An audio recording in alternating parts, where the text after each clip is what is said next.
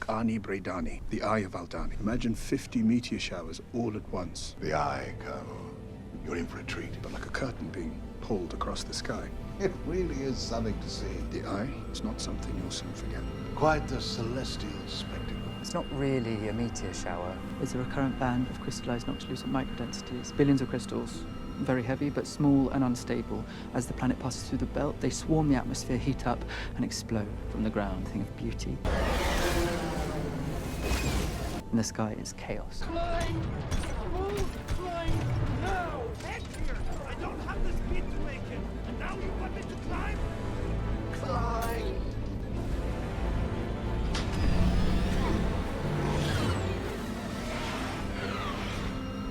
Hello, and welcome back to another video. Today we've got the, well, not necessarily the final Aldahni update, but we'll talk a little bit about why that is at the end of the video. But this is Aldahni update number 11,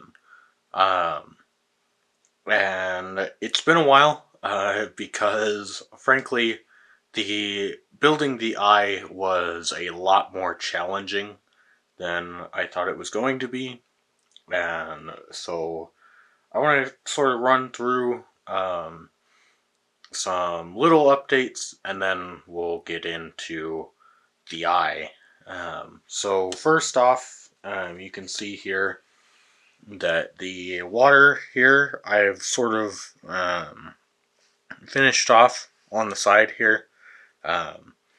I basically made it so that it was a lot more supportive for this beam, and I used a technique that I thought would look, and I think does kind of accomplish the look of like parting the waterfall type thing, but you can still see Cinta and Vel inside there. You just might not be able to see some more of the details in there, but that's alright. But this is a lot more stable. Yeah, so that helps a lot, especially with these support beams, which going ahead and moving down the line a little bit. So we'll move out here, where you can see here in the valley that I've gone ahead and added in some more supports. So you've got one here, there, and back there. And I've also added in a ton more Aldahni, especially down here on the hill. I had to use a lot more like human parts because the Aldahni are all human, and so I kind of had to get creative. I don't normally build too much with like straight like human characters. Most of the time it's like aliens or something.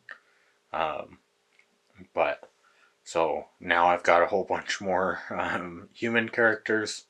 I did also make a tall Ewok back there, just because I thought that would be a fun little nod to the Juniors ATST, where I got a lot of those helmets from. And so, yeah, I still have not gone through and changed up the tower design to make it more stable. I need to do that, but that's kind of lower down on my list of priorities as far as this goes. Yeah, I think that's about it as far as little updates go. I guess we'll go all the way over here.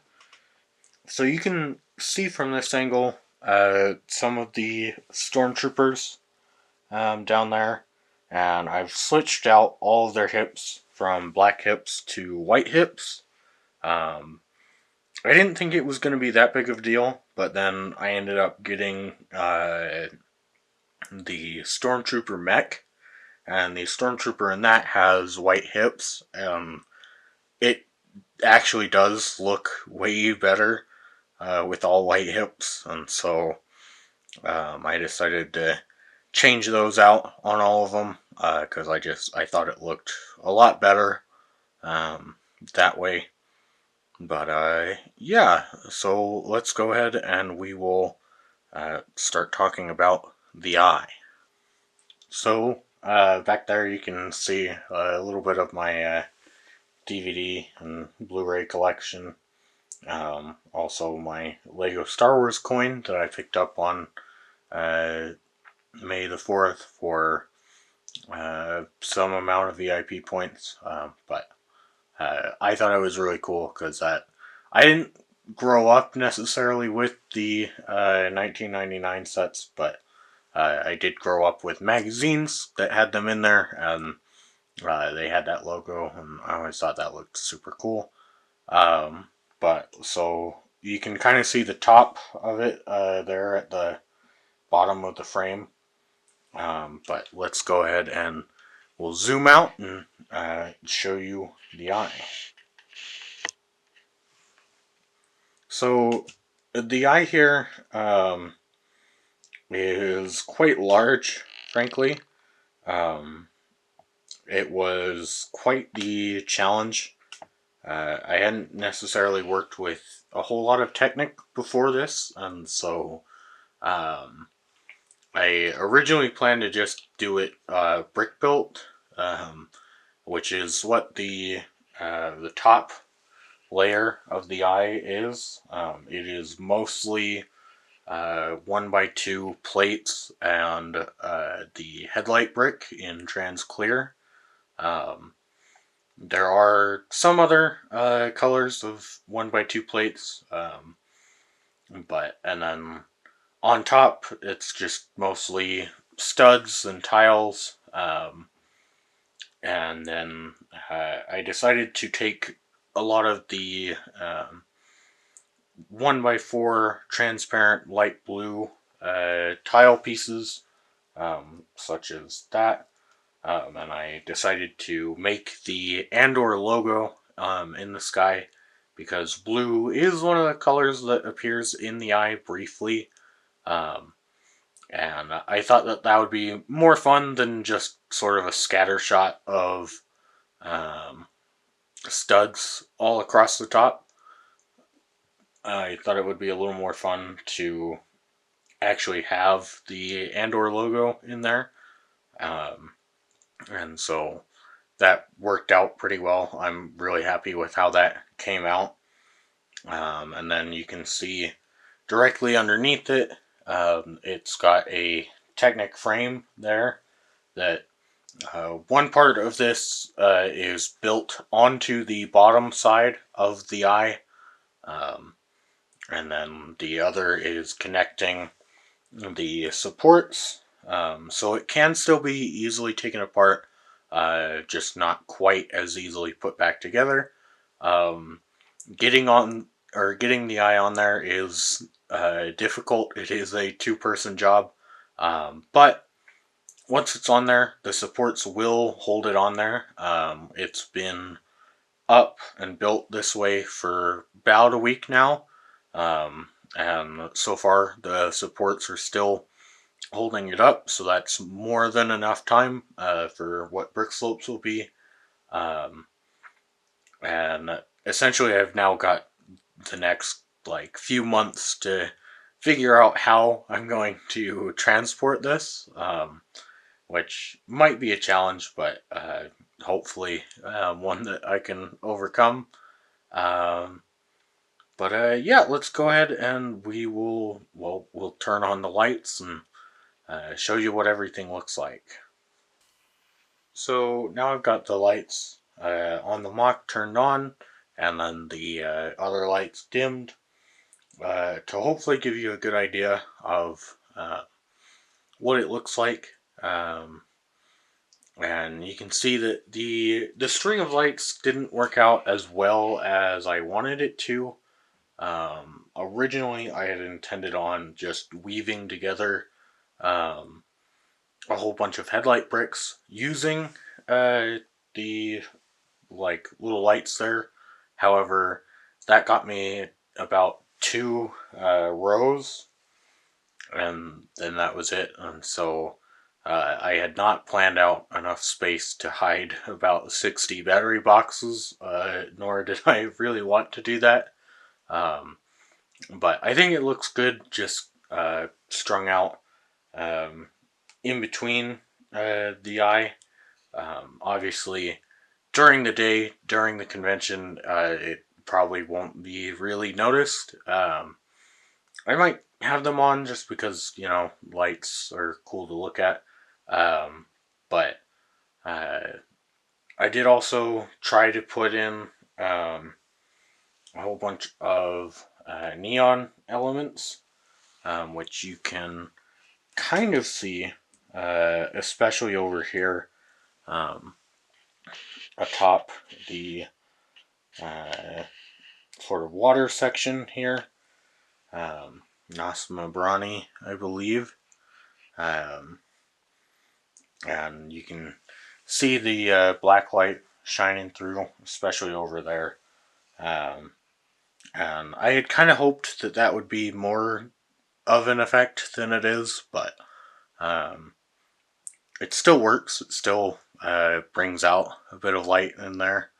But overall, I'd say that I'm pretty satisfied with it.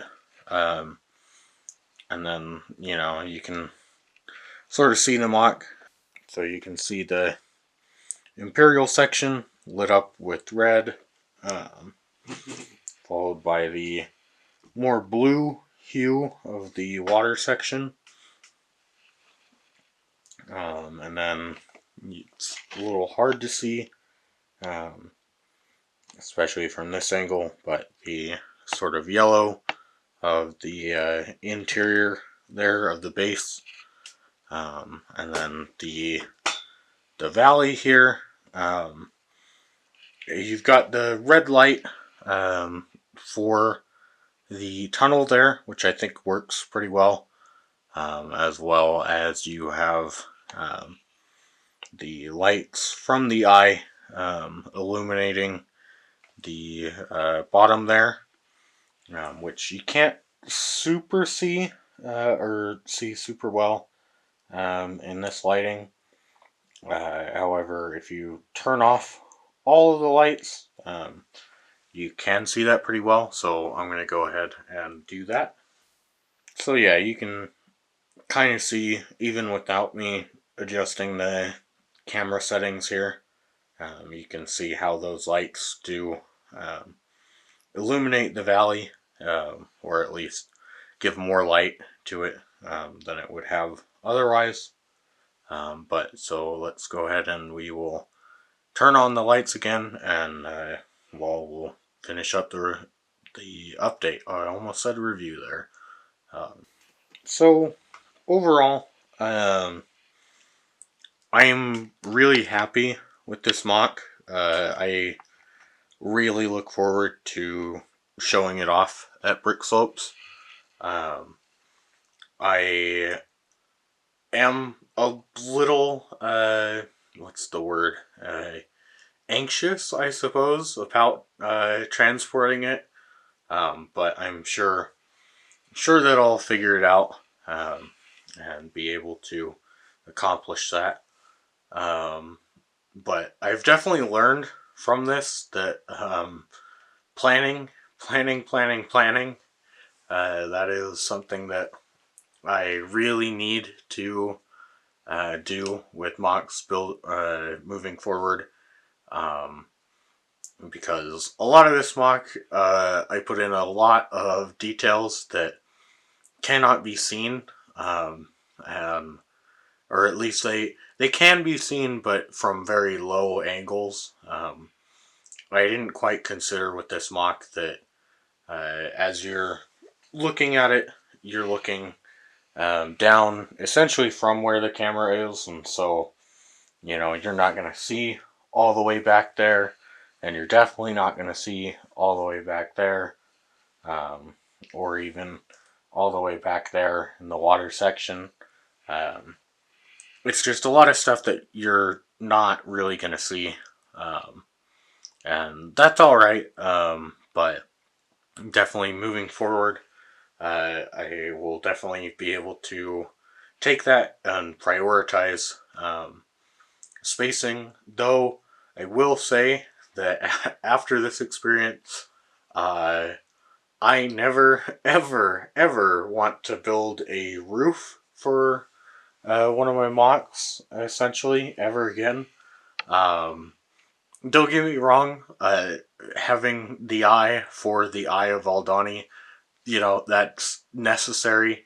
You gotta have it, and I think it turned out well. But it is a lot of work, and like the Technic structures, I think, turned out well. I don't think they're super distracting. I was able to use the Technic 1x15 straight lift arm in trans dark pink there, because they came in I think a number of Ninjago sets actually, but so they were a lot cheaper to get than the same piece in trans clear, which I would have preferred to use trans clear supports. However, I think that the trans dark pink works out well, because that again is a color that we see in the eye, and so yeah, I think overall it turned out well. I learned a lot from this mock, and I look forward to showing it off. Now, I did mention at the beginning of the video that this was sort of the last update, and what I mean by that is that I'm planning on doing one more update, I suppose, a sort of finale, that will only be like, I think, 2 or so minutes long.